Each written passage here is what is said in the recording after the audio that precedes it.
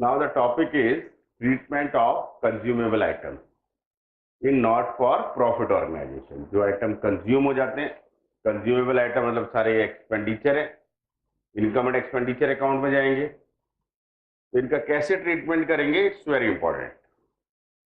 जैसे मैं बताऊं आपको, कंज्यूमेबल आइटम्स में सपोज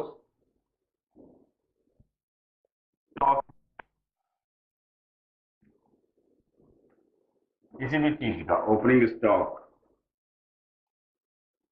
स्टॉक ऑफ स्टेशनरी, जैसे मैं लिख रहा हूं ओपनिंग स्टॉक ऑफ स्टेशनरी है 40,000 और स्टेशनरी हमने परचेज की ड्यूरिंग द ईयर, स्टेशनरी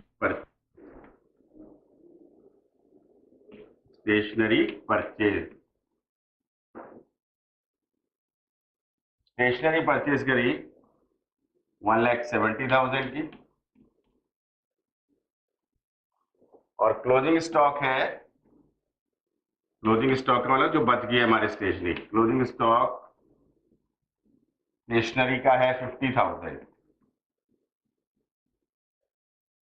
अब वो कहते हैं कितना हमने कंज्यूम किया है, कंज्यूम कितना किया है, बहुत आसान है इसको निकालना। शुरू में हमारे पास स्टेशनरी कितने की थी,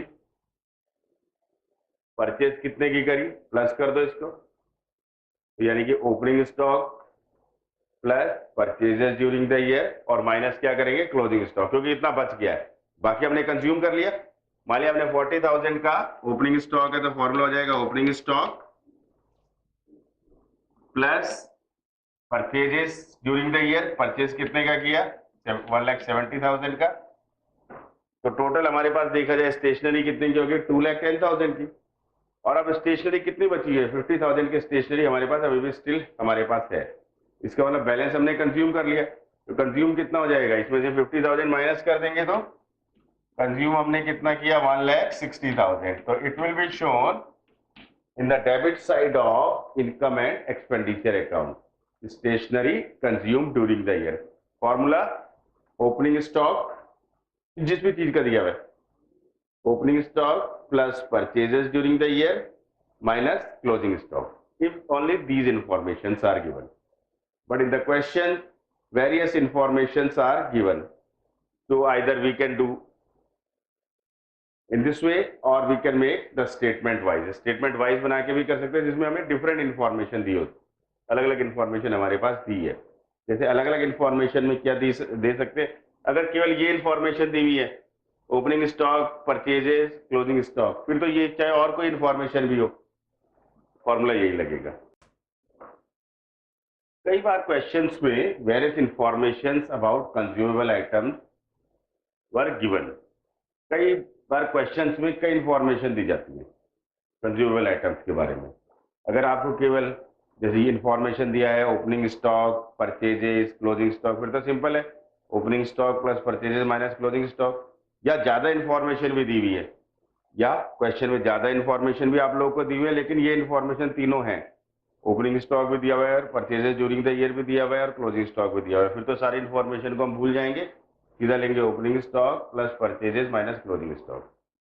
अगर परचेजेस ड्यूरिंग द ईयर नहीं दिया हुआ है, क्वेश्चन इस टाइप से दिया हुआ है कि अमाउंट इतना पेड है, जैसे दिया हुआ है अमाउंट पेड इतना है, फिर आउटस्टैंडिंग दिया हुआ है, क्रेडिटर दिया हुआ है, शुरू के भी आउटस्टैंडिंग दिया हुआ है, क्रेडिटर भी शुरू और बाद दोनों के दिए हुए, ऐसे एडवांस दिया हुआ है, ऐसे स्टॉक के बारे में इंफॉर्मेशन है। तो हम एक बड़ा फॉर्मूला लगा के इस टाइप से क्वेश्चन होते हैं इसमें, जिसको हम स्टेटमेंट वाइज भी शो करते हैं।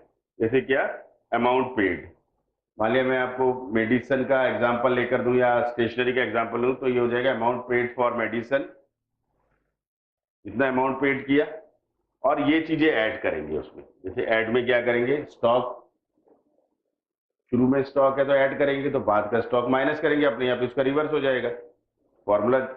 भाई ओपनिंग स्टॉक प्लस है तो क्लोजिंग स्टॉक माइनस, तो ओपनिंग स्टॉक को स्टॉक एट द बिगिनिंग भी बोलते हैं, क्लोजिंग स्टॉक को स्टॉक एट द एंड भी बोलते हैं, या ईयर के हिसाब से भी पता चल जाएगा। एग्जांपल के तौर पे अगर 2011 है तो ये शुरू में हो गया, 2012 है तो बाद में हो गया, या डेट वाइज भी इस टाइप से दे सकते हैं।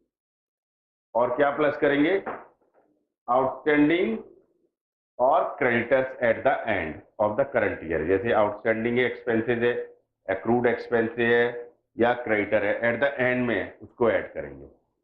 और ऐड करेंगे जो बिगिनिंग में एडवांस है, एडवांस या prepaid.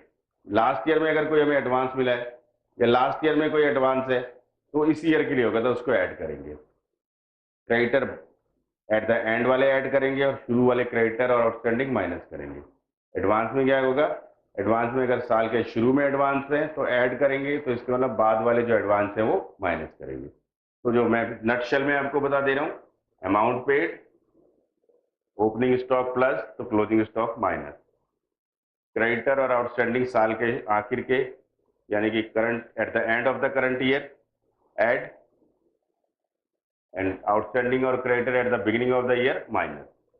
Same in case of prepaid